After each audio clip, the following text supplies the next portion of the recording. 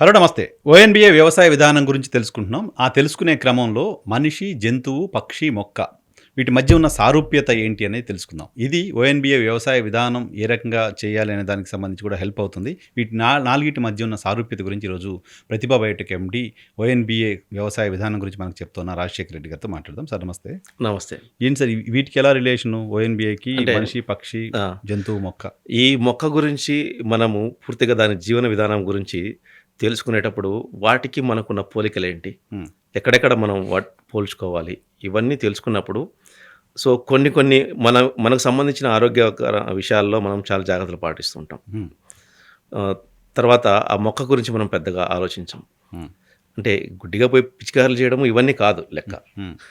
దాని జీవన విధానం ఏదైతే ఉందో దాని గురించి పూర్తిగా తెలుసుకుంటే, మనతో పోల్చుకొని దాని గురించి తెలుసుకున్నప్పుడు, దానికి దాన్ని ఆరోగ్యంగా పెరగడానికి ఏమేమి చేయాలో అనేది మనిషి చేస్తాడు అన్న ఓకే. ఉద్దేశ్యంతో హ్మ్. ఒకసారి మన జీవన విధానము, జంతువుల జీవన విధానము, పక్షుల జీవన విధానం ఎలా ఉంటుంది? హ్మ్. మొక్క యొక్క జీవన విధానం ఏంటి? సృష్టి ధర్మం ప్రకారము దానికున్న లక్షణాలేంటి? హ్మ్.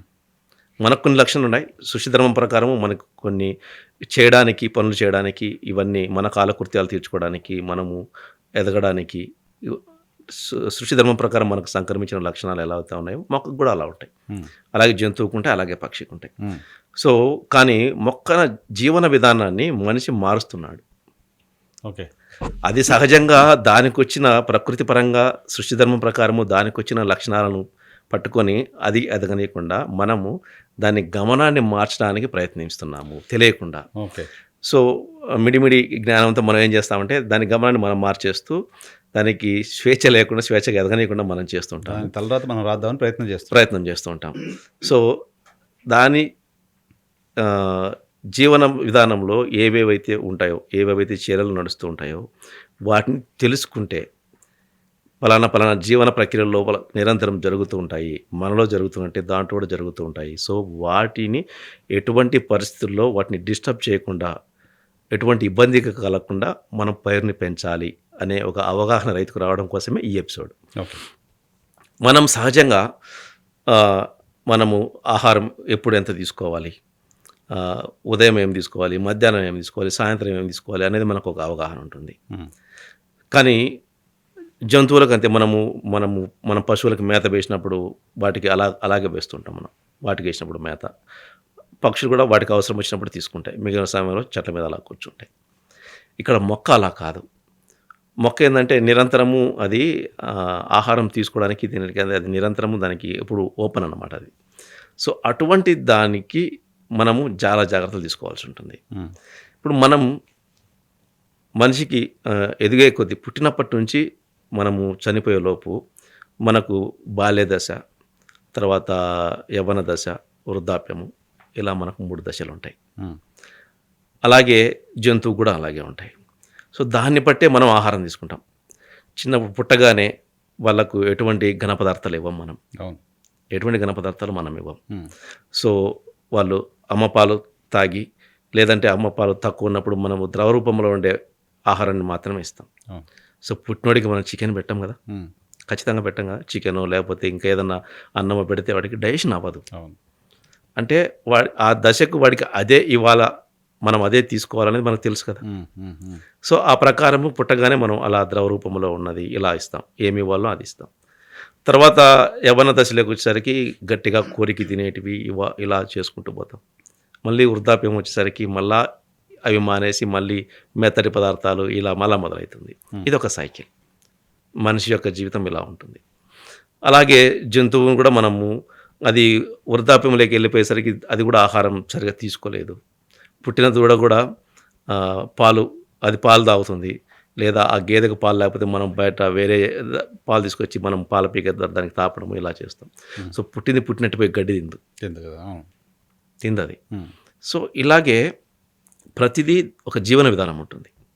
ఎప్పుడు ఏం తీసుకోవాలి హ్మ్. ఇలా. దాహం వేస్తే నీళ్లు తాగుతాం. ఆకలేస్తే అన్నం తింటాం మనం. అది కూడా ఉదయం ఒక రకంగా తింటాం, మధ్యాహ్నం ఒక రకంగా తింటాం, రాత్రి ఒక రకంగా తింటాం. హ్మ్. తర్వాత పుట్టినప్పుడు ఒక రకంగా తింటాం, యవ్వన దశలో ఒక రకంగా తింటాం, వృద్ధాప్యం. వృద్ధాప్యంలో ఇంకో రకంగా తింటాం. హ్మ్. ఇలా రకరకాలుగా ఉంటుంది. పేషెంట్‌గా ఉన్నప్పుడు ఒక రకంగా తీసుకుంటాం. హ్మ్. ఇవన్నీ మనము అవలంబిస్తాం. ఉమ్, మనకు అట్లాగే జంతువుకు మనం వైద్యం చేయిస్తుంటాము. దానికి ఎప్పుడు ఏం కావాలో ఇస్తాము. తవుడు ఇవ్వడము, దానికి బలవర్ధంగా ఇవ్వడానికి ఏదన్నా ఉడకబెట్టి పెట్టడము, ఇలాంటివన్నీ చేస్తాం. జొన్నలు ఉడకబెట్టి పెట్టడము, ఇలా చేస్తుంటాం. రకరకాలుగా ఇస్తుంటాం వాటికి కూడా. కానీ పైరు వరకు వచ్చేసరికి ఈ జాగ్రత్తలు ఏమీ పాటించం. ఉమ్, మన ఇష్టం వచ్చినట్టు చేస్తాం. అందుకే మనతో పోల్చుకున్నప్పుడు మనము ప్రాణం ఉన్న వాళ్ళమే, జంతువులు పక్షులు ప్రాణం ఉన్నవే, అలాగే మొక్క కూడా ప్రాణి. ఉమ్, సో దానికి ఒక జీవన విధానం ఉంది. ఉంది. సో దానికి కొన్ని లక్షణాలు సృష్టి ధర్మం ప్రకారము సంక్రమించినాయి. ఉమ్, సో ఆ లక్షణాలు ఏంటి అని తెలుసుకొని దాని ప్రకారం దాన్ని చేయనివ్వాలి. ఉమ్, అదే పైరుకి నీ మొక్కకి స్వేచ్ఛనివ్వడం. ఓకే. నువ్వు స్వేచ్ఛను ఇస్తూ దానికి ఏం కావాలో నువ్వు సక్రమంగా అందుబాటులో పెట్టావనుకో, అప్పుడు అది స్వేచ్ఛగా ఎదుగుతూ చాలా దిగుబడిస్తుంది అనమాట. ఓకే. ఇప్పుడు మనం చేస్తున్నది ఏంటంటే మొక్క యొక్క స్వేచ్ఛని మనం హరిస్తున్నాం. ఓకే. పక్కాగా మనం హరిస్తున్నాం దాని అది స్వేచ్ఛని. పెరగట్లా, మేము పెంచుతున్నా అది దాంట్లో కొన్నాం. అలా ఉంది అనమాట. సో దాని స్వేచ్ఛను మనం హరించడం వల్ల ఉమ్, అది సక్రమంగా ఎదగక, ఉమ్, ఎటు చేయాలో ఏం చేయాలో దానికి అర్థం కాక, అది గమనాన్ని నువ్వు ఎలా పంపిస్తే అలా మారిపోయి మనకు ఫైనల్గా దిగుబడి ఇవ్వట్లేదు. ఓకే. సో ఆ గమనాన్ని మనం తెలుసుకోవాలి. మొక్క యొక్క గమనం ఏంటి అనేది మనం తెలుసుకోవాలి. అంటే మనిషికి ఎట్లా బాల్యము, యవ్వనము, వృద్ధాప్యము ఇలా ఉందో, పక్షికి, జంతువుకి ఇలా ఎలా అయితే ఉందో, మొక్కకు కూడా 3 దశలు ఉన్నాయి. ఉమ్, అదే పెరిగే దశ, పూత దశ, కాయ దశ. ఉమ్, ప్రతి రైతు ఈ 3 దశలని తప్పనిసరిగా గుర్తుపెట్టుకొని వ్యవసాయం చేయాలి. ఉమ్, ఈ 3 దశల్లో మొక్కలో జరిగేటువంటి జీవ రసాయనిక చర్యలు నిరంతరము జరుగుతూ ఉంటాయి. ఉమ్, మన శరీరంలో ఎట్లా ప్రతి సెకండు ఎలా నిరంతరము జీవరసాయనిక చర్యలు జరుగుతూ ఉంటాయో, ఉమ్, అలాగే మొక్కలో కూడా జరుగుతూ ఉంటాయి. నిరంతరము జరుగుతుంటాయి. అది ప్రక్రియ అంతే. అది ఓకే. ప్రారంభం ఉన్నంత వరకు జరిగే ప్రక్రియ. మనలో ఎలా జరుగుతుంటుందో దాంట్లో కూడా అంతే. ఉమ్, సో శ్వాసక్రియ కావచ్చు, ఆహారం ఏర్పరచుకోవడం కావచ్చు, నిరంతరం జరిగే ప్రక్రియలు ఇవన్నీ. ఓకే. సో ఆ ప్రక్రియలు ఎప్పుడెప్పుడు ఏం జరుగుతాయి, ఆ సమయంలో మొక్కకి ఏం కావాలి, ఉమ్, ఇవి తెలుసుకొని మనం వ్యవహరిస్తే దాన్ని స్వేచ్ఛగా ఎదగనిచ్చిన వాళ్ళం అవుతాం. ఓకే. అలా కాకుండా దాని జీవన విధానమే తెలుసుకోకుండా ఉమ్, మనకు తెలిసిన పాండిత్యాన్ని దాని మీద రుద్దితే అది ఒత్తిడికి లోనవుతుంది. ఓకే. ఒత్తిడికి లోనయ్యి మనము పూత రావాల్సిన సమయంలో అనవసరంగా యూరియా ఇవన్నీ వేయడం వల్ల ఉమ్, సో అది గమనాన్ని మార్చుకుంటుంది. So okay. యూరియా ఇవన్నీ ఇవ్వడం వల్ల ఏమవుతుందంటే అప్పుడు పూత రావడం మానేసి అది పెరుగుతూనే పోతూ ఉంటుంది. గ్రోత్ ఉంటుంది. సో అది అది అలా ఎదుగుతూ పోతుంటుంది ఊరికే.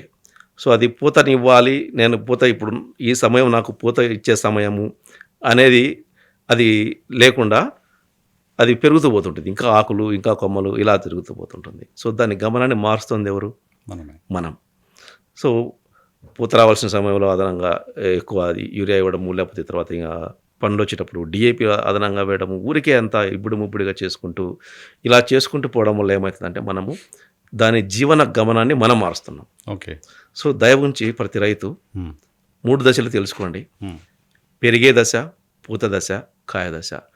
ఈ ప్రక్రియలో, ఈ దశలలో మొక్కలో జరిగే జీవరసాయనిక చర్యలు ఏంటి, వాటికి ఏమేమి అందించాలి అనేది క్షుణ్ణంగా తెలుసుకున్నప్పుడు ఖచ్చితంగా అవి మాత్రమే అప్పుడు అందిస్తే మొక్కకి వృధా కావు, పెట్టుబడి తగ్గుతుంది. మనం ముందే అదనంగా వేయడం వల్ల అవి లవణ రూపంలోకి మారిపోయి మొక్కకు అందుబాటులో రాకుండా ఆ లవణాలన్నీ భూమిలో పేరుకుపోయి మనకు నష్టం, విషాలుగా అవి పెరిగిపోతూ ఉంటాయి. ఉమ్, అందువల్ల ఈ 3 దశలు గమనించి, ఒకటి మొక్క పెరగాలంటే నిరంతరము అక్కడ కిరణజన్య సంయోగక్రియ జరగాలి, ఎక్కువగా జరగాలి. ఉమ్, సో అప్పుడు ఏమేమి అందించాలి, ఉమ్, ఇవన్నీ తర్వాత వచ్చే ఎపిసోడ్లో ఒక్కొక్క దాని గురించి మనం పూర్తిగా తెలుసుకుందాము. ఉమ్, సో పెరిగే సమయంలో దాంట్లో ఒక రకమైన జీవన ప్రక్రియలు జరుగుతూ ఉంటాయి, ఉమ్, జీవరసాయనిక చర్యలు జరుగుతుంటాయి. పెరగడానికంటే కొమ్మలు రావడానికి, ఆకులు రావడానికి, చివులు రావడానికి ఏమేమి జీవ రసాయనిక చర్యలు జరుగుతుంటాయో ఆ రసాయనిక చర్యల గురించి రైతు తెలుసుకోవాలి. ఇవన్నీ ఒక ఎపిసోడ్లో చెప్తే ఎక్కువైపోతాయి. సో ఆ సమయంలో జరిగే జీవరసాయనిక చర్యలు ఏంటి, ఎక్కువగా ఏ జీవరసాయనిక చర్యలు జరుగుతుంటాయి రైతు తెలుసుకోవాలి. తర్వాత ఆ పెరిగే దశ అయిపోయిన తర్వాత పూత దశ ఎంటర్ అవుతుంది. ఉమ్, చిన్నగా మొగ్గ తొడగడము, అక్కడ నుంచి ఆ మొగ్గ పువ్వుగా మారి పువ్వు తర్వాత పిందెగా మారడము. ఇది పూత దశ. సో ఈ పూత దశలో జరిగే జీవరసాయనిక చర్యలు ఏంటి, ఓకే. ఆ సమయంలో మొక్కలో ఎటువంటి జీవన ప్రక్రియలు జరుగుతూ ఉంటాయి, ఉమ్. ఆ జీవన ప్రక్రియలకి మొక్కకి ఏమేమి అవసరం, ఓకే. అవి అందుబాటులో ఉంచేలా చేయాలి. ఉమ్, ఉమ్, సో అప్పుడు పూత వచ్చే సమయంలో దానికి జీవన ప్రక్రియలకు ఏమేమి కావాలో అవి అందుబాటులో లేకుండా నీ దగ్గర అందుబాటులో ఉన్నవి లేదా నువ్వు తక్కువ ధరకు వస్తున్నవి తీసుకెళ్ళి అందులో ఇచ్చావనుకోండి, అవి తీసుకుంటుంది, అది పూత రావడం మర్చిపోతుంది. ఓకే. పూతనివ్వడం మర్చిపోయి నేను ఇంకా పెరగడానికే నాకు ఇస్తున్నాడు కదా అన్నట్టు అది పెరుగుతూనే పోతూ ఉంటుంది. ఉమ్, ఉమ్, ఉమ్, ఉమ్. సో దానివల్ల మనం ఇది గత ఎపిసోడ్లో కూడా చెప్పుకున్నాం, అవసరానికి మించిన ఎత్తు, అవసరానికి మించిన ఆకులు, అవసరానికి మించిన పచ్చదనం దిగుబడిని దెబ్బతీస్తుంది. దెబ్బతీస్తాయి. ఉమ్. సో ఇవన్నీ మనము దాని గమనాన్ని మార్చడం వల్ల జరుగుతున్నది. ఓకే. ఉమ్. సో ఈ పూత దశ అయిపోయిన తర్వాత పిందెగా మారిన తర్వాత అక్కడ నుంచి పిందె కాయగా ఎదగడం, కాయ మళ్ళీ పండుగ మారడము, ఇవన్నీ ప్రతి దాంట్లోనూ ప్రతిరోజు జీవన ప్రక్రియలు మారుతూ పోతుంటాయి ఉమ్, మొక్కలో. ఉమ్. సో ఆ జీవన ప్రక్రియలు ఏంటి, ఏం జరుగుతుంటాయి, సో ఆ ప్రక్రియలకు సంబంధించి ఏమేమి పోషకాలు దానికి ఆ సమయంలో ఎక్కువ తీసుకుంటుంది, ఓకే. ఆ టైంలో ఏమి ఎక్కువ ఇవ్వాలి మనం? ఏమి ఎక్కువ ఇవ్వాలి, ఉమ్. ఇది రైతుకి తెలియాలి. ఓకే. రైతు ఇవి తెలుసుకుంటే నువ్వు శాస్త్రవేత్తవే. సో తన ఇంట్లో పిల్లోడు ఒక బాబు పుడితే వాడు ఎదిగే క్రమంలో మనం ఏమేమి ఏమేమి ఇస్తుకుంటూ పోతుంటామో తర్వాత పొలంలో పెట్టే మొక్క గురించి కూడా అలా తెలియాలి. అలా తెలియాలి. సో మనము చిన్నపిల్లల్ని పెంచుతూ ఎలా చేస్తాము, అలాగే ఒక దూడ కానీ ఇంట్లో ఇవన్నీ మనము ఎలా జాగ్రత్తలు తీసుకుంటాము, అలాగే మొక్కలో కూడా జీవన ప్రక్రియలు నిరంతరం జరుగుతూ ఉంటాయి.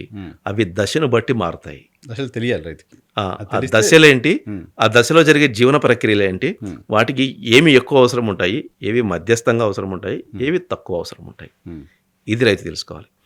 సో అవి తెలుసుకోవడం కోసమే మనము ఈ సారూప్యతని మనము మనిషితో పోల్చుకొని ఎందుకు చేయాలన్నప్పుడు ఒక రైట్, మనము పుట్టగానే మనం కూడా తీసుకోం కదా, అన్నం తినము లేకపోతే చికెన్ తినము, ఇవన్నీ చేయం కదా. సో అవి మనకు జీర్ణం అవ్వడానికి కూడా కుదరదు. ఆ డైజెషన్ సిస్టమ్, ఆ జీర్ణ వ్యవస్థ చిన్నపిల్లలకి అప్పటికి పూర్తి స్థాయిలో అయి ఉండదు అనమాట. సో అప్పుడు లిక్విడ్స్ మాత్రమే జీర్ణం అవ్వడానికి వాళ్ళకు అంతా రెడీ ఉంటుంది. సో అందువల్ల అది అక్కడ ఇవ్వగలుగుతున్నాం. పెరిగే కొద్దీ జీవన ప్రక్రియలు మారుతూ ఉంటాయి మన శరీరంలో. అట్లాగే నిద్రపోతున్నప్పుడు ఒక రకంగా జీవన ప్రక్రియ ఉంటుంది మనకు, ఇలా రకరకాలు ఉంటాయి కదా. సో మొక్కకు కూడా అంతే. సో మొక్క దశలు 3 ఉంటాయి, పెరిగే దశ, పూత దశ, కాయ దశ. సో ఈ 3 దశల్లో రకరకాల జీవన ప్రక్రియలు ఏమేమి జరుగుతుంటాయి మొక్కలో, వాటిలో మనం ఇవ్వాల్సిన పోషకాలు ఏవి ఆ దశను బట్టి ఎక్కువ ఇవ్వాలి, ఏవి మధ్యస్థంగా ఇవ్వాలి, ఏవి తక్కువగా ఇవ్వాలి, ఇవి తెలుసుకోవాలి. ఓకే. సో అవి ఎందుకు ఎక్కువ మధ్యస్థము తక్కువ ఇవ్వాలి అంటే వాటికి దశలు ఉన్నాయి కాబట్టి ఆ దశలో జరిగే జీవన ప్రక్రియలు ముందే డిసైడ్ అయిపోయి ఉంటుంది. మొక్క జీవన ప్రక్రియ అది, దాని జీవన చక్రం అది. ఓకే. సో దాన్ని నువ్వు మార్చొద్దు. సో అంటే మనకి కావాల్సినట్టు ఇస్తున్నావు, నాకు మొక్క పెరుగుతోంది పెరగాలి ఇస్తున్నావు, పోత ఎక్కువ రావాలి ఇంకోటి ఇద్దామని ప్రయత్నం ఇట్లా అలా కాకుండా సో దాని దశను నువ్వు గమనించి ఆ దశకు ఏ పోషకాలు ఎక్కువ మధ్యస్థము తక్కువ ఇవి డిసైడ్ చేసుకోవాలి. చేసుకొని నువ్వు వ్యవసాయం చేస్తే ఖచ్చితంగా ఎప్పుడు ఏమి ఇవ్వాలనో అవి ఇచ్చినప్పుడు నీకు ఖర్చు తగ్గుతుంది.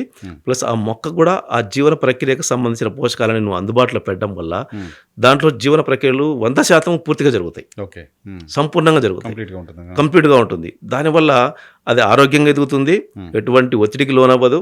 తర్వాత నువ్వు దాని గమనాన్ని మార్చవు. అది కరెక్ట్గా ఎన్ని రోజులకి ఎదుగుదల ఆగాలో అన్ని రోజులకు అది ఆగిపోతుంది సహజంగానే. తర్వాత పోతివ్వడం మొదలెడుతుంది. తర్వాత కాయలు ఇవన్నీ ఎంత మోతాదులో ఇవ్వాలో అంత మోతాదులో మనకు దిగుబడిని ఇస్తుంది. సో బ్యాలెన్స్డ్ డైట్ మొక్కకు కూడా అవసరమే, తప్పనిసరి. అంతే కదా. మనమైనా కాస్త ఏదైనా దానికి మనకు అజీర్తి చేసినప్పుడు దానికి ఆ చర్యలు ఈ చర్యలు చేస్తాం. నువ్వు ఒకసారి ఇచ్చిన దాన్ని వెనక్కి తీసుకోలేవు కదా. కరెక్ట్. మనకు ఫుడ్ ఎక్కువ వామిటింగ్ చేసుకుంటాం, మొక్క వామిటింగ్ చేసుకుంటుందా? లేదు కదా, చేసుకోదు కదా. ఏదో రూపంలో రియాక్షన్ ఉంటుంది, పాజిటివ్ రియాక్షన్ ఉండదు. సో అలాగే ఒకసారి నువ్వు భూమిలో పడేసిన దాన్ని లేకపోతే పిచికారి చేసిన వెనక్కి తీసుకోలేవు నువ్వు. అది మొక్కలో సాధ్యం కాదు, పైరులో అలా చేయడం సాధ్యం కాదు. కాబట్టి ఇచ్చేటప్పుడే జాగ్రత్తగా. సో దశను బట్టి జీవన ప్రక్రియ ఏం జరుగుతాయో తెలుసుకో. తర్వాత పోషకాలు అందించేటప్పుడు న్యూట్రియన్స్ ఏవైతే నువ్వు అందించాలనుకుంటున్నావో అవి దశను బట్టి ఏవి ఎక్కువ, ఏవి మధ్యస్థము, ఏవి తక్కువ, ఇవి సక్రమంగా నువ్వు ఇచ్చినావంటే ఖచ్చితంగా ఆ మొక్క సృష్టి ధర్మం ప్రకారము దానికి ఉన్న లక్షణాలన్నిటినీ అది ఉపయోగించుకొని స్వేచ్ఛగా ఎదుగుతూ నీకు ఎక్కువ దిగుబడిని, నాణ్యమైన దిగుబడిని కూడా ఇస్తుంది. క్వాలిటీ కూడా వస్తుంది. ఓకే. సో కాబట్టి ప్రతి రైతు మొక్క జీవన గమనాన్ని తెలుసుకోండి, మార్చకండి. దాన్ని మార్చొద్దు. ఉమ్, స్వేచ్ఛగా ఎదగనివ్వండి. మనిషి ఎలా స్వేచ్ఛగా ఎదగడానికి మనకున్న లక్షణాలన్నింటినీ మనం తెలుసుకొని మనం ఆహారం తీసుకుంటామో, మన ఆహారపు అలవాట్లు ఎలాగో మొక్క కూడా ఒక జీవి, దానికి కూడా ఆహారపు అలవాట్లు ఉన్నాయి. ఉమ్, సో ఆహారపు అలవాట్లు తెలుసుకో. ఓకే. ఆహారపు అలవాట్లు తెలుసుకొని దాని జీవన చక్రాన్ని తెలుసుకొని పూర్తిగా నువ్వు పోషకాలు అందించు. ఉమ్, సో తర్వాత ఎపిసోడ్లో మనము ఈ పోషకాల గురించి మాట్లాడుతున్నప్పుడు ఏవి ఎక్కువ, ఏవి Detailగా మధ్యస్థము, మాట్లాడదాం. ఏవి తక్కువ, ఏ దశలో ఎలా ఇవ్వాలి, ఇవన్నీ మనం తెలియజేద్దాము. కాబట్టి ఇది చాలా అవసరం. ఉమ్, మొక్క జీవన గమనాన్ని రైతు తెలుసుకోవాలి. నువ్వే డాక్టర్ కాబట్టి దానికి. ఉమ్. సో దాన్ని మనం ఎట్లా పసిపిల్లల్ని ఎలా జాగ్రత్తగా పెంచుతామో it is also like your child. Child నీ బిడ్డని ఎలా చూస్తావో నువ్వు మొక్కను ఎలా చూడాలి. నీ బిడ్డకి ఎలా అంతకంటే పెడతావో టైం మన బిడ్డలైనా మనకు ఏదైనా జీర్ణం కాకపోయినా కడుపు నొచ్చినా ఏడుస్తాడు, చెప్తాడు, అవకాశం ఉంది. అవకాశం ఉంది. అది లేదు పైరు కదా. చెప్పదు, చెప్పలేదు కదా. సో చెప్పలేదు. ఖచ్చితంగా తెలుసుకొని అంతకంటే జాగ్రత్తగా నువ్వు పైరు పెంచాలి. అంతకంటే ఎక్కువ తెలుసుకోవాలి నువ్వు. ఒక మనిషి జీవన విధానం కన్నా నీకు మొక్క యొక్క జీవన విధానం బాగా తెలియాలి. తెలియాలి. సో దాని గురించి పూర్తిగా తెలుసుకో. జీవన ప్రక్రియ ఏం జరుగుతాయి అనేది తర్వాత ఎపిసోడ్లో మనం ఒక్కొక్క దశలో జరిగే జీవన ప్రక్రియలు ఏంటి, ఎలాంటి పోషకాలు అందించాలి, ఎక్కువ మధ్యస్థం తక్కువ ఎలా అందించాలి అనేది మనం క్షుణ్ణంగా వివరంగా రైతుకు తెలియజేద్దాం. కానీ తెలుసుకోవాల్సింది అయితే దీనికి రెడీ కావాలి రైతు. కరెక్ట్. రైట్, దానికి ఒక జీవన విధానం ఉంది, దానికి కొన్ని లక్షణాలు సృష్టి ధర్మం ప్రకారము వచ్చినాయి. సో వాటి ప్రకారమే అది ఎదగాలి, దానికి నేను సహకరించాలి కరెక్ట్ అనేది రైతు తెలుసుకుంటే చాలు. Okay. Right sir. Thank you. Thank you. మొక్క గమనాన్ని తెలుసుకోవాలి, ఆ గమనం ఎలా ఉందో అర్థం చేసుకోవాలి, ఆ గమనానికి అనుకూలంగా మొక్కకి ఏం కావాలో అది ఇవ్వాలి. అప్పుడు మాత్రమే మొక్క ఆరోగ్యంగా ఎదుగుతుంది, స్వేచ్ఛగా ఎదుగుతుంది, రైతుకు కావాల్సిన దిగుబడిని ఇస్తుంది. ఇది ఈ ఎపిసోడ్లో మనం తెలుసుకున్నది. నెక్స్ట్ ఎపిసోడ్లో ఇంకా మరిన్ని డీటెయిల్స్ తెలుసుకుందాం. Thank you.